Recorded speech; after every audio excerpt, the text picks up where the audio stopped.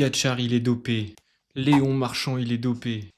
Et les pilotes de F1 dans tout ça, est-ce qu'ils sont dopés? On n'en entend jamais parler, mais il y a des choses à dire. Et ouais, c'est vrai. Les pilotes de F1, ils roulent à 300 km/h pendant 2 heures. Ils perdent entre 2 et 3 kilos par course.